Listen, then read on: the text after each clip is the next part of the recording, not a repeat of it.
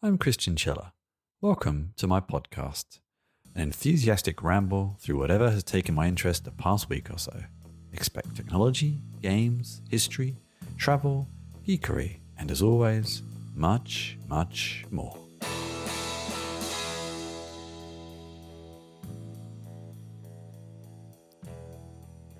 This is Christian Chiller with another Chinchilla Squeaks. This is an interview show. I have an interesting interview for you, very much fitting into the zeitgeist. I was about to say the zeitgeist of the times, but that's kind of unnecessary.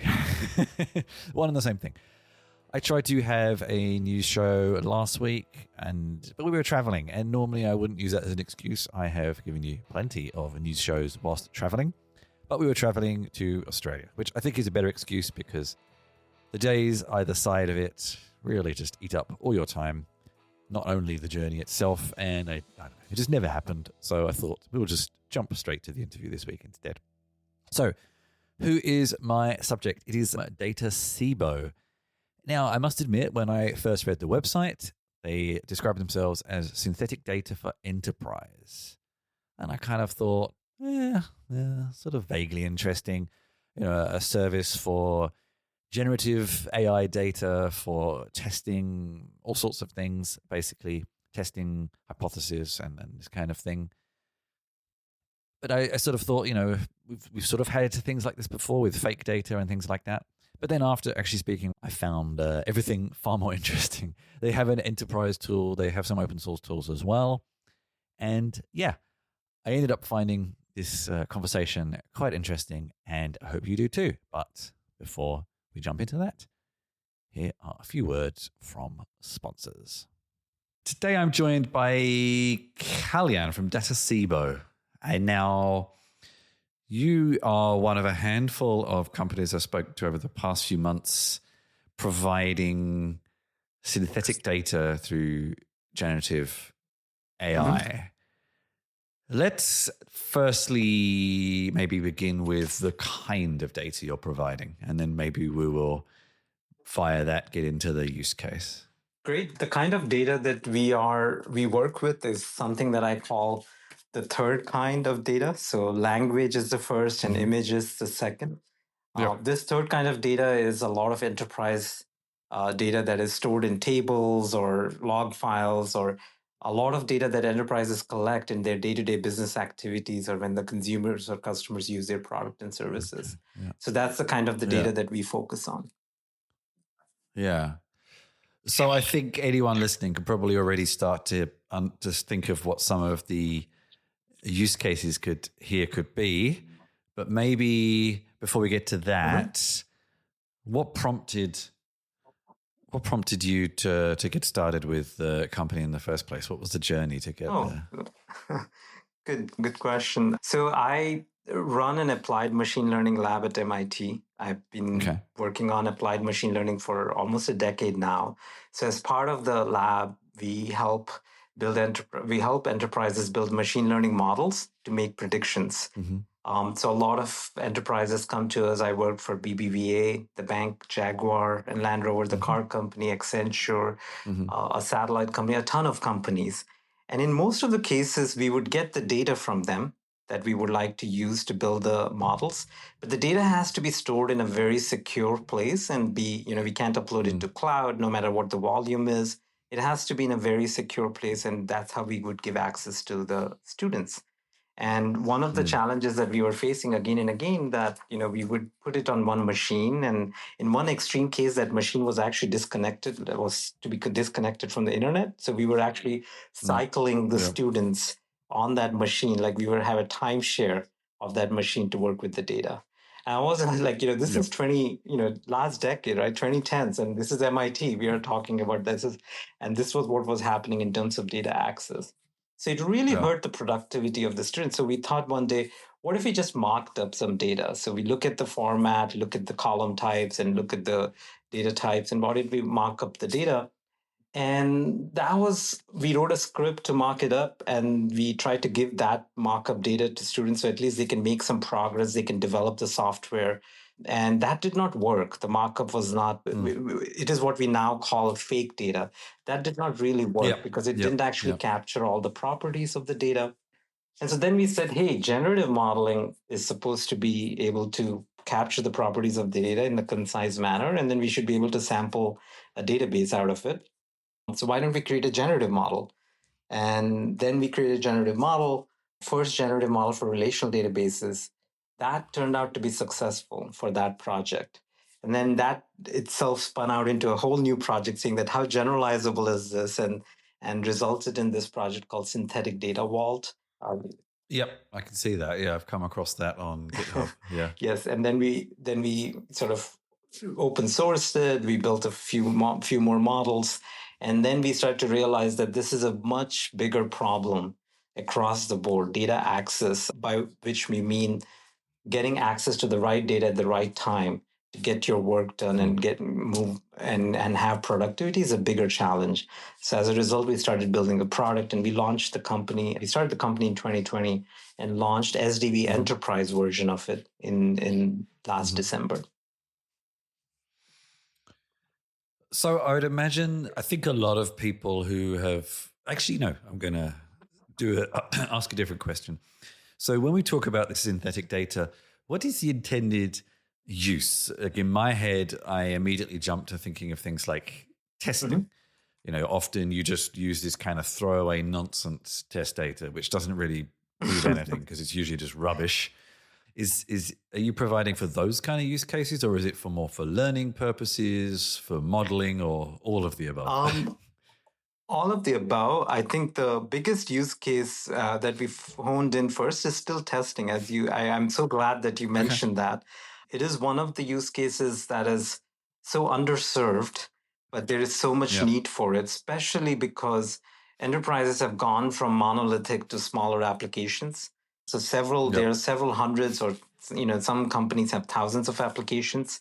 And the second thing is most of these applications now are data driven. What I mean by that is there is a lot of conditional logic based on the data. So the data they see, if you see this, go this path. If you see this, go this path. I mean, historically, that was done for online retailers like Amazon trying to optimize their browsing, sort of like people's browsing experience. But now it's there in every piece of software we write. It's all data driven. And to test that, I think people are still using the classical old techniques of writing manual rules, or worst, even generate just fake data, just random fake data. Which doesn't work because it doesn't, like, you can imagine the conditions are dependent on correlation. So you see this value for this variable and this value for this variable, then take this path. In fake data, what if you don't have those combinations at all? So I think still the largest and most powerful use case is synthetic data for application testing. Okay. And what is also in that particular scenario, what is also less known is how dramatically it changes the game, having a generative model and generating synthetic data from that. So what do I mean by that is that once you build a generative model, you can sample as much as you want. So even if you built it on 10,000 customers' data, you can sample 10 million customers' data or even 1 billion customers' data. That is not possible with even classical techniques of giving data access, which is like copy, mask, or anonymize. That's not possible because you can't just expand the data. You can just subset it. At most, you can subset it or maybe give the full data that you have. So this is a very powerful property of this technology, powerful functionality of this technology. And what that enables is right off the bat, it is a powerful, it gives people to be able to do performance testing right off the bat. On day one, they can start doing performance testing with volumes of data that looks as real and is statistically correlated. Yeah, I definitely have come across these kind of mock data services. I think so for something, I mean, let's take a kind of classic example that developers make so many assumptions with, like address data. Something that has a very good real world correlation. And there are definitely, data sets that people could pull from, addresses. Mm-hmm. So a good non-generative fake data providing service, shall we say, versus Datacebo. Now, what are you offering on top of just a service that can generate just a lot of good, meaningful test data at scale? Is it that flexibility when it isn't as clear cut as something like addresses? Is it that, that, like I think you said, it doesn't really matter if it's 10 or 10 million records. The model could kind of keep going. Yeah. Well, what do you add on top of those? Yeah. I don't think there's many, but those traditional kind of data fake services. Yes. So there is a very popular library called Faker, from which what you mentioned, you can create fake addresses. What we do is we invented something called contextual anonymization. And contextual generation. So what that means is when we look at the address, we have a generator that strips the address into context. So it extracts out a number of variables that are contextual. So it will extract that this address is from New York, it's in USA, obviously, and then also it will even figure out the block in which New York, which borough, like it will extract a variety of context variables. And then it will model those context variables together with the other variables in the data. So it will actually model, if it's, let's say, transactions, and it turns out that New Yorkers buy more on Friday night, it will just model the correlation between those context variables, because we now know the context of the address with the other variables as well. So when you sample from this generative model, we behind the scenes, this is all happening behind the scenes. The user doesn't see it. You sample first the context, and then you recreate the address that is not the original address. So it's still a pseudo or a fake address, but has the same context as the original address. It's from New York and so on and so forth. So the advantage there is, like, if your original data had like 40% addresses from New York and 20 from Florida and 20 from Connecticut, it will maintain those proportions. And if your original data had like the correlations, like New Yorkers spend a lot more on Friday night compared to Connecticut and Florida, it will have those statistical properties as well. So it's a very sort of an end-to-end pipeline of how you generate data, where you still preserve the correlations, context, and proportions. Whereas in a fake data set, you just generate anything and randomly. So as far as I understand, then you're also saying that the test data has an element of realism to it. So does that mean that you've actually trained it on anonymized real data? Is that something I'm hearing? Or yes, yeah, yes. Okay. So there's a subset of anonymized real data on which you can train. Okay. And the software, like most of the users install the software right next to where the data is in the environment there, and then they can actually train a model. Yes. Okay, cool. And what are some of the most of the use cases that customers are using it for at the moment? Is it mostly sort of, performance testing, marketing, sales, that kind of thing, or is it data testing, or a bit of everything? So we have within application testing, it's performance testing, as well as data portability. So one of the powerful things is that if you don't want to move the data, you can build a model right next to the data and move the model. So model usually turns out to be, even if your database is terabytes in size, model is like a single file, a couple of gigabytes. So now you can move the model in different environments because it's much more easily portable and sample from it. And you don't have any sort of any connection to the real data other than it has the statistical properties of it at aggregate level. So data portability is another big use case. The other two interesting other use cases people are using it for is trying to enhance the predictive models that they built by augmenting synthetic data to real data. So this is a situation where, for example, if you take the bank transactional fraud prediction, you usually have less than 1% of fraud. You have 99% no fraud cases and 1% of fraud. And if you try to build a predictive model using, predictive AI, it will try to overfit the data for the fraud that it has seen. And as a result, it's not that robust. In other words, it won't get as accurate as it should be to be able to deploy it. So in that case, what users are doing is they're building a model, and then they're creating samples that are in the neighborhood of the fraud, and they're creating more data around the neighborhood of fraud to give that the predictive AI model a way to not overfit. So that's the second use case. It's a very classic use case for synthetic data. So that's one of the use cases that people are doing. The third use case that we are seeing a lot come up is simulation or scenario generation. Yeah. So this is where Yeah. you go to the generative model and say, if let's imagine this is an insurance data set. And if you say, if I have 10% more smokers enroll in my policies, what would be its impact on the claims distribution? Okay. Yeah. Okay. So you can start looking, doing some analysis, and that's what the generative model also allows, or synthetic data also allows you to do. Yeah. And I can also see you've got this, another interesting one is this sequential. So not just a data source, but this thing happened, then this thing happened, then this thing happened. And of course, branching from that and all that kind of thing. Yeah. Okay. Yeah. Sequential pathways, identifying sequential pathways. What if these 5 things happen in sequence? What will be the next? Yeah. That's interesting. Okay.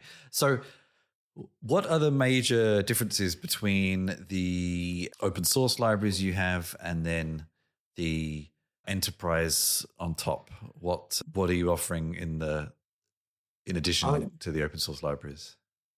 Yeah, for open source library, I mean, we changed the license. We call it source available. Okay. Yeah.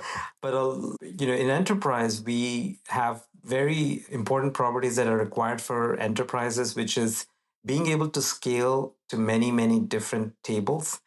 Build a model for more than 20 tables or more than. And in open source, you can do at most 3 to 5. In enterprise, we built algorithms, generative modeling algorithms that actually enable you to build models for up to 100 tables. Now, some enterprises have only tested up to 50. We haven't fully tested up to 100, but the algorithm itself can model up to 100 tables. And then in enterprise, we allow this contextual anonymization. So different data types, phone numbers, addresses, emails, what have you. And ultimately all the way, one of the car company wanted to have VIN numbers, vehicle identification numbers generated. So we provide a lot of generators that are based on the contextual anonymization that we were talking about. The third important thing that enterprises need that we also enable in enterprise version is that they would like to be able to encode some business rules, or actually specify them at a very high level. So not have to worry, write too much code, but with a very low code interface. So these are the kind of rules where, in insurance data set, for example, you have a date of birth column and date of policy activation column. I mean, by definition, date of policy activation has to be greater than date of birth. So they should be able to specify that as a rule, so that the generative model can make sure that it generates and validates itself when the samples are generated from it. Yeah. Now, we can't really have any kind of conversation on generative AI without talking a little bit about some of the problems. Now, I think it's interesting in your case because what you're replacing was not necessarily any better. Mock data in testing was generally pretty poor and full of made up things anyway. But what checks have you put in place to ensure that the synthetic data doesn't get corrupted with things that are just nonsense and will ruin some of the hallucinations? Yeah. I can see you have this SD metrics. I'm not sure if that's part of it, but yes. Yeah. We launched very early on. We realized that, the evaluation is going to be a big need, because, you create synthetic data, like how do we evaluate whether it's close enough to real data or it has the properties or it's just hallucinating. So we launched this library, SD Metrics. It is open source. And we built a lot of metrics in it and then implemented a lot of them to assess the quality. So we divide the metrics into 3 groups. One is quality. So quality just gives you how statistically similar it is to the real data, how many properties of the real data, statistically speaking, are captured in synthetic data. And then there is a measure called diagnostics, and diagnostics are must-haves. So data should have referential integrity, formatting of phone numbers. If it's in the certain way in the real data, that's how it should be in the synthetic data, because downstream applications depend on that. So there's a lot of diagnostic metrics that we have, and we generate that report has to be 100% Yeah. like accurate. The third is privacy metrics. So we implemented a well-known privacy metrics in that library. And that is privacy, as you can imagine, is always in contention with the first one. So the more closer you get to real data, the more likely you're going to likely to, though it's not the real data or a copy of it, but still more likely you may leak some privacy related information. So we have some privacy metrics. These are like, I don't know, people may heard about it, called differential privacy. These are very stringent metrics. So that's the way our sort of users compare. And it has become like, it has taken a life of its own. A lot of people now use that for comparing with any synthetic data coming from any source, not just our library, but from any source. It's kind of interesting because you've almost created like I don't know how familiar you are with, there's another world I work in a lot, this kind of like, no, completely side to this, like the sort of Kubernetes DevOps kind of world. And there's a lot of these things now around like policy agents to ensure that people only can install certain versions of certain applications in certain places and all this kind of thing. And there's a lot of conversation now about how you automate that enforcing of that policy. And in some respects here, you've almost created like a policy for generating fake data, which is kind of interesting way of gatekeepering the problems. I could imagine it would definitely have a lot of use cases in a much broader way, even if it came to something like image generation. Well, it's harder to check because you'd have to analyze the image and that kind of thing. But oh, that's interesting. You say that. Yeah, no, we've been thinking about that because in the image generation, it has to be visually assessed. Yeah, which is more complicated, but not impossible. But not impossible. It cuts both ways. It's interesting because in this case, you can programmatically assess. Yeah. But exactly. On the other side, like when somebody tries to visually assess, they are like, I don't see the difference. I can't tell you. But in image, you can right away say, oh, yeah, this is. Yeah, it's a interesting comparing images, and this is a very interesting thing. But So the company is a couple of years old, but it was a couple of months ago announced seed funding, which is actually quite high for a seed funding round. So what do you think investors saw in the products that encouraged them to invest quite so much in a seed round? I think we have, because we went through a community version, which is still source available, and people use that a lot. Like all the enterprises use that to do POC and define ROI.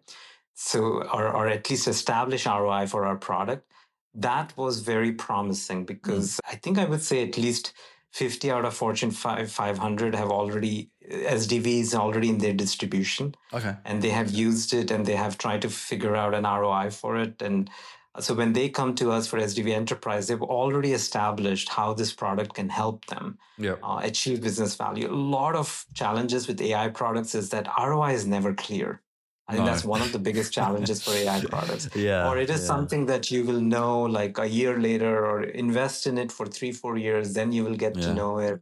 So our product was not like that. I think we were getting a lot more traction when people did POCs and they have a clear understanding. So that was one of the big things in that played a role. And then the second is obviously, as I said, 50 out of Fortune 500 are already installed and have been using it and have demonstrated use cases throughout the spectrum. And finally, I think we were very deliberate of how we are going to develop the source available version, enterprise version. We listen to enterprises very closely. Enterprise data is a complex beast. If there's anything, I have been in predictive AI before this for 10 years. If there's anything I've learned in predictive AI and those platforms, is that they ignored the complexity of enterprise data and ignored the complexity of enterprise processes and people involved in making AI, realizing AI. So that is something that when we started the company, we brought that experience over, and we made sure that on day one, we focus on enterprise data sets and their complexity. The scientific data sets and the benchmarking data sets that are available publicly, they don't represent, I'm sorry to say, they don't represent less than 1% of the complexity of the enterprise data. Yeah. Yeah, you're right. There's a lot of sort of cool demonstration tools at the moment, but you wonder how useful they really are. And the ones that I've personally found useful are the ones that really connect. And this is nothing new, of course. Really connect into solving a problem in a way that wasn't solvable before, or improving the way it was. Like, people always needed test data, and generally before this point, it was just kind of nonsense you made up, and that was it. Whereas, new ways to generate images and things it's kind of cool, but yeah. And also, like, test data generation was like a boring task. Like, one of the developers that said, "Oh, this is a boring task. I don't want to do." Yes. And this makes it cool for them. Like, so this is like, oh, now we can put a generative model in our pipeline. Exactly. We can train it from time to time. So it makes test data cool again. And even better than that, you're not really replacing anyone's job, because no one was ever really doing this in the first place. Cool. Okay. So things are relatively new, but what's on the roadmap for this year? What are some of the new features you're working on that you're excited to maybe announce? Yeah, we are working on a lot of, sort of day zero ability to build generative model on day zero without a lot of preparation. As you can imagine, that enterprises also depend on a lot of external third-party applications. So we are trying to help to see if we can pre-package. So if you have a ServiceNow application, you can build a generative model from a ServiceNow database. If you have another application, you can do that as well. So we are focused on doing that. We are also trying to launch the second use case, which is data augmentation for machine learning model development. Okay. So that's the second one also we are doing. Yeah. Okay. All right. That was that was a very to the point answer. Okay. So, I mean, if people are interested in what you've been up to, then really there is no free version of the enterprise. You use the community version, which will take you to a certain point. And then I guess if it's something that interests you. And is the experience with the enterprise version similar to the community version? It's an SDK that people incorporate, or when it comes to the enterprise version, is there a little bit more kind of, I don't know, user-friendly onboarding, et cetera, or is it a similar process? There is user-friendly onboarding more in enterprise version, but we don't change the calls remains the same, so that they don't, if they have access to more models, they don't have to change everything around it. They just have to swap the model, the name that they use. So we keep everything pretty similar, but the user-friendliness is more incorporated in the enterprise version. Makes sense. Okay. Super interesting. I could think of some things I could mess around with to give it a try, but it would be with the community version. So it's the same. But I do have some thoughts. Yeah, it ties into some other ideas. But cool. Awesome. Thank you very much for your time. Thank you. Thanks. Nice chatting with you. Thank you.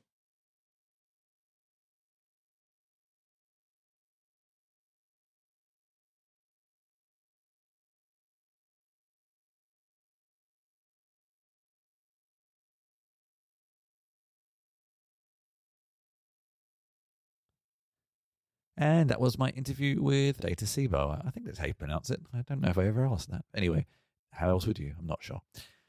I won't give you too many updates this time because, frankly, I am just too out of sync with the world right now. I remember this from last time we were in Australia. I sort of thought it's just so hard to be connected to the world you're used to. You almost just give up at a certain point. So, yeah, I have been doing some things, but I've been mostly just trying to keep on top of things, really. So I will save updates from me probably maybe next week, although that'll be like a day after we get back. So who knows what state I'm going to be in. So in the coming weeks, I think I will say, because there are a few things to update you on. But for now, I have been Christian Chiller. Thank you very much for joining me. And as always, take care, everybody. I hope you enjoyed the show. Find out more about me at chrischinchilla.com, where you can find show notes, sign up for my newsletter, and find all of my writing, games, work, and video links. There's also details on how to get in touch with me.